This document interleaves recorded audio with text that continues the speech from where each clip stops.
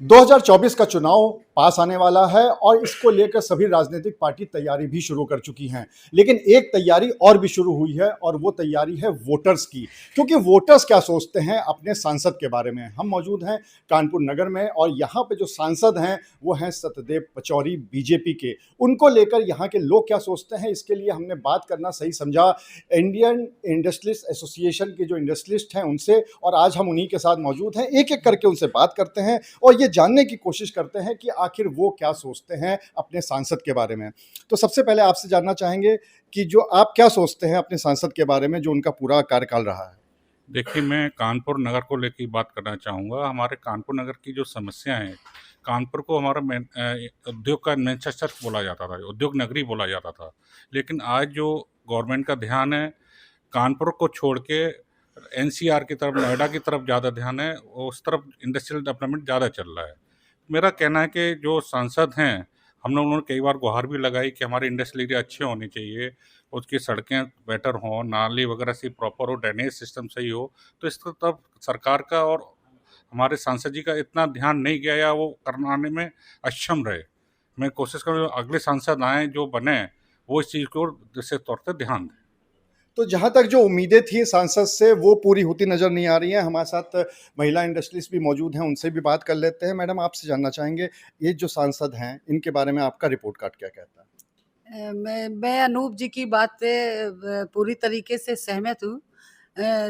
जो इंडस्ट्री की हमारे यहाँ की समस्या है, आज से नहीं बरसों से चली आ रही, और पचौरी जी से बड़ी उम्मीद करी थी कि बहुत अच्छा कर देखेंगे, पर इस तरफ उन्होंने बिल्कुल ध्यान नहीं दिया। अगर अब की बार अगर किसी को दिया जाए, जो भी आए, अगर इंडस्ट्री की तरफ ध्यान दिया जाए तो बहुत अच्छा रहेगा, क्योंकि यहाँ नालियाँ, सड़कें कुछ भी नहीं।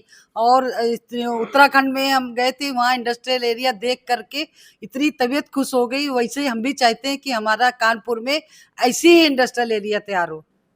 कानपुर को बहुत समय से मैनचेस्टर ऑफ इंडिया कहा जाता है और यहाँ पे इसी वजह से इंडस्ट्रीज़ भी काफ़ी थी, लेकिन कहीं ना कहीं जो इंडस्ट्रीज़ के लिए इंफ्रास्ट्रक्चर की ज़रूरत होती है वो शायद यहाँ के सांसद पूरा नहीं कर पा रहे हैं। क्या आपको भी ऐसा लगता है? बिल्कुल, इंफ्रास्ट्रक्चर की यहाँ पे बहुत जितनी उम्मीदें थी हम लोगों को इस कार्यकाल में काम होगा, उस तरीके का काम नहीं हुआ है। इंफ्रास्ट्रक्चर में भी और काम करने की ज़रूरत है। इंफ्रास्ट्रक्चर में बहुत ज़्यादा काम करने की ज़रूरत है और उससे जो यहाँ के इंडस्ट्रियलिस्ट हैं वो कहीं ना कहीं मुतमईन नज़र नहीं आ रहे हैं। आपको क्या लगता है? देखिए, सांसद होने के नाते इस शहर को जो लाभ मिलना चाहिए था डबल इंजन की सरकार का, इंफ्रा पे इस शहर में कोई काम नहीं हुआ। कानपुर और लखनऊ के बीच में 80 किलोमीटर की दूरी है। दोनों शहर के इंफ्रा में देख लीजिए, ज़मीन आसमान का अंतर है। इन्वेस्टर सबमिट कर रहे हैं सरकार, लेकिन कानपुर की तरफ कानपुर के सांसद महोदय ने कोई तवज्जो नहीं दी कि कानपुर की इंडस्ट्री की क्या समस्याएं हैं। जितना पोटेंशियल कानपुर की इंडस्ट्री में है उतना कहीं पर भी नहीं है। अगर वो चाहते तो करीब करीब पूरे प्रदेश का 25% तो कानपुर ही दे सकता था, लेकिन कानपुर में इंडस्ट्रियल इंफ्रास्ट्रक्चर की तरफ कभी ध्यान ही नहीं दिया गया। कानपुर की अगर हम बात करें तो एक बहुत बड़ी चीज़ ये है कि जो रेवेन्यू के मामले में कानपुर हमेशा से बहुत अग्रणी रहा है, क्योंकि रेवेन्यू काफ़ी कानपुर से जाता रहा है और अगर उसके बावजूद इंडस्ट्रीज़ को नहीं मिला तो ये यहाँ के इंडस्ट्रीज़ मानते हैं कि उसमें कहीं ना कहीं जो सांसद हैं उनका एक बहुत ज़्यादा प्रोत्साहन नहीं रहा इंडस्ट्री को लेकर। आप क्या कहेंगे? सांसद जी ने जो किया, मैं यही कहूँगा कि कानपुर के लिए उन्होंने मात्र एक काम किया, जो उन्होंने अनवरगंज मंदना रेल लाइन जो है वो ओवरहेड पास करा दी। हालांकि उसमें अभी बहुत सारी दिक्कतें हैं, इसके अलावा उनका कोई भी काम नहीं दिखता है। तो चलिए, कम से कम एक ऐसा काम है जो अनवरगंज के ओवरहेड रेल लाइन है उसके लिए मानते हैं कि जो सत्यदेव पचौरी हैं उन्होंने काम किया है और केंद्र सरकार तक अपनी बात पहुंचाई है।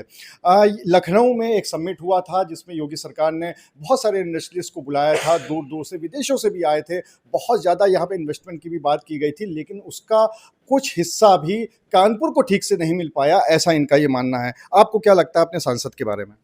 सांसद जी के साथ खट्टी मीठी यादें रही हम लोग की 5 साल। हालांकि उन्होंने प्रयास भी बहुत किए, लेकिन हमें ऐसा लगता है कि जो अधिकारी वह निरंकुश हो चुका है सरकार में। वो सुनना नहीं चाहता, सुनता नहीं है। इसमें काम कुछ हो नहीं पा रहे हैं। इसलिए सांसद जी से कई बार गुहार भी लगाई है, वो हाँ हाँ बोलते, लेकिन काम होता नहीं है। सांसद जी के पास गए थे, अपनी समस्याओं को लेके भी गए थे, लेकिन वहाँ पे काम नहीं हो पाया, ऐसा मानना है। आपको क्या कहना है? देखिए, मेरा अनुभव थोड़ा सा अलग है इस मामले में। निश्चित रूप से बात कह सकता हूँ कि कानपुर को लखनऊ के सापेक्ष यहाँ पर जितने भी सांसद रहे हैं वो उतना कानपुर को डिलीवर नहीं कर पाए।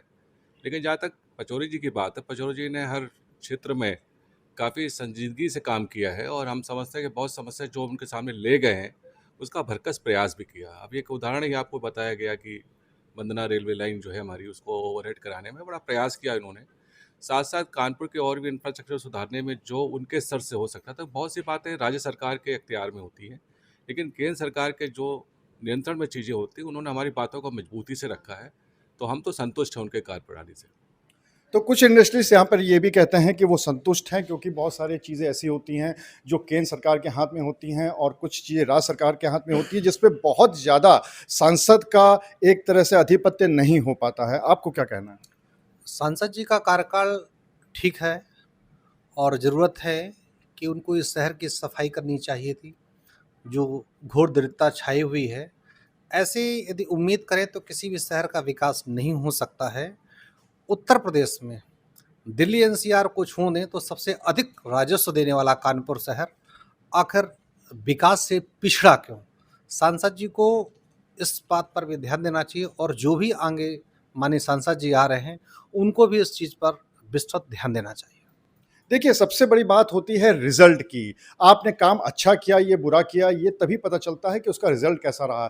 एक सवाल इन्होंने बहुत अच्छा किया कि आखिर कानपुर पिछड़ा क्यों है? मैनचेस्टर भी कहा जाता रहा है, यहाँ पर बड़े-बड़े नेता जो हैं वो एमपी, एमएलए बन के भी आते रहे हैं, लेकिन उसके बाद भी जो कानपुर का विकास होना चाहिए, वो विकास अभी तक नहीं हो पाया है। आपको क्या लगता है विकास ना होने के पीछे एक बहुत बड़ा हाथ सांसद का है या फिर और भी कारण है? सर, सबसे बड़ा जो कारण है वो वोट बैंक की राजनीति है। कानपुर में जो इंडस्ट्रियल एरिया है, यहाँ पे किलोमीटरों में फैला इंडस्ट्रियल एरिया, मगर उसको वोट बैंक की नीयत से देखा जाता है, इसीलिए इस पे ध्यान नहीं दिया जाता है। क्योंकि इनको लगता है कि जहाँ पे वोट बैंक मिलेगा हम वहाँ पे जाएँ। ना यहाँ पे कभी आते हैं अपने रूटीन विज़िट के लिए, ना यहाँ की कोई, हालाँकि जब हम लोग जाते हैं उनके पास तो समस्या का भरसक प्रयास करते हैं, मगर कहीं न कहीं अफ़सरशाही में फ़ाइलें दबी रह जाती हैं और काम उस तरीके से नहीं हो पाते हैं। अफ़सरशाही भी कहीं न कहीं एक बहुत बड़ा कारण है जहाँ पे जो इंडस्ट्रियलिस्ट हैं उनका काम नहीं हो पाता है। आपको क्या लगता है? दोनों बातें हैं। मैं अगर 2017 में लूँ, 2017 में 3.25 लाख करोड़ का इन्वेस्टमेंट राज्य सरकार ने किया था, उसमें कानपुर का शेयर कुछ भी नहीं था। 2022 में जो इन्वेस्टर समिट हुई, 2023 में भी, उसमें करीब 35 लाख का इन्वेस्टर समिट में इन्वेस्टमेंट आया है यूपी से, जिसमें कि करीब 80,000 करोड़ का इन्वेस्टमेंट कानपुर से है। तो डेफिनेटली पहले से कुछ सुधार है, लेकिन हम कहते हैं एक तरफ कानपुर मैनचेस्टर है, तो मैनचेस्टर के हिसाब से स्कोप यहाँ पर अभी अब नहीं दिखता है, क्योंकि इसमें अभी बहुत ज़रूरत है काम करने की। और एक बात बिल्कुल सही है कि वोट बैंक नहीं है, लेकिन ये भी हमारे लोग, हमारे राजनीतिक लोग ये भूल जाते हैं कि वोट बैंक भी है, क्योंकि हमारे यहाँ भी 50 वर्कर, 100 वर्कर काम करते हैं। अगर हमारे यहाँ 5 इंडस्ट्रीज़ हैं और 100-100 वर्कर के हिसाब से जोड़ें तो हमारे भी 5 लाख वोट बैंक है। ऐसा नहीं है वोट बैंक नहीं है, लेकिन शायद वोट बैंक की दृष्टि से इसको कमज़ोर समझते हैं, इसलिए शायद हमारी बात कम सुनी जाती है, क्योंकि वोट बैंक भी हैं और राजस्व भी हैं। हम आज रेवेन्यू देते हैं। आज अगर आप केसा का बिजली का बिल देख लें तो शायद 70% हमारी इंडस्ट्री से आता है। नगर निगम हाउस टैक्स देख लें तो शायद नगर निगम हाउस टैक्स भी हमारे, जबकि नगर निगम से हमारे को मिलता कुछ नहीं है। हमारे यहाँ कूड़ा उठाने के लिए रोज़ कोई व्यवस्था नहीं है, हमारे यहाँ सफाई की कोई व्यवस्था नहीं है। तो शायद वोट बैंक की एक राजनीति की वजह से हमको कमज़ोर समझा जाता है और हमारी सुनवाई नहीं होती है। यानी कि जो विभागों से एक सुविधाएं मिलनी चाहिए इंडस्ट्री को, वो इंडस्ट्री को सुविधाएं नहीं मिल पाती हैं।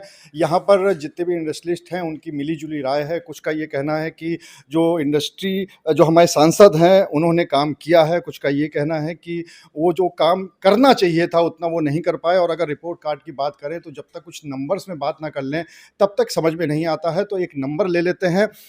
एक सवाल खाली कि 10 में से आप अपने सांसद को नंबर देंगे तो कितना नंबर देंगे? 5। आपको क्या देना है? मैं उनको 6 नंबर देना चाहूँगा। एक काम जोशी जी के समय हम लोगों ने अप्लाई किया था कि यहाँ पर इंडस्ट्री डेवलपमेंट के लिए एक लैब होनी चाहिए, वो जोशी जी के समय के बाद अब आके चालू हुई है।